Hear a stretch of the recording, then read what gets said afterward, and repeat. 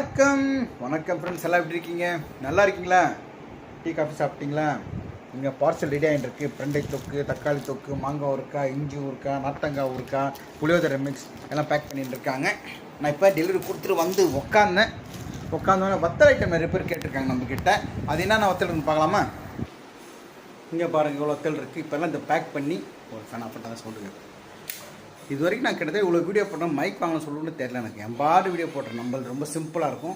இதெல்லாம் வத்தல்னா நான் வத்தல் காமிக்கிறேன் பாருங்கள். ஓகே, இது வந்து வெங்காய வத்தல். இது வந்து இப்படி இருக்கு இல்லைங்களா? இது ஒரு 4 வத்தல் இல்லை 5 வத்தல் சும்மா எண்ணெய் கடாயில் போட்டால் கூட ஒன்று நல்லா நெல்லிக்காயோட தக்காளி சைஸில் வரும். டேஸ்ட்டாக இருக்கும் சாம்பார் சாதம், ரச சாதத்துக்கெல்லாம். இது வந்து முருங்கையில் பொடி சிஸ்டர் கேட்டிருந்தாங்க. இது வந்து சுண்டைக்காய். ஓகே, இது வந்து மண்தக்காளி. அப்படியே வறுத்து நம்ம சுண்டை குழம்பு, வத்த குழம்பு போடலாம், சுண்டை குழம்பு போடலாம், சுண்டைக்காய் குழம்பு போடலாம். டேஸ்ட்டாக இருக்கும்.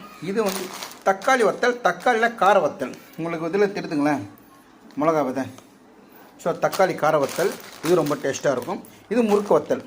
இது வந்து ஓலப்பக்கடா வத்தல், என்ன சொல்ல, ரிப்பன் வத்தல். இது ஜவ்வரிசி வத்தல். ஜவ்வரிசியில் கார வத்தல் இருக்குது. இது ஜவ்வரிசி கார வத்தல், இது ஜவ்வரிசி. இது வந்து ரிப்பன் வத்தல். இதெல்லாம் கட் பண்ணி போட்டிங்கன்னா அவ்வளோ டேஸ்ட்டாக இருக்கும். ஓகேங்களா? ஸோ ஒரு தடவை நம்மகிட்ட இதில் வத்தலாம் வாங்கி ட்ரை பண்ணி பாருங்கள். வேறு லெவலில் இருக்கும். எனக்கு பிடிச்சது தக்காளி கார வத்தல் வேறு லெவலில் இருக்கும். அடுத்து ரிப்பன் வேறு லெவலில் இருக்கும்.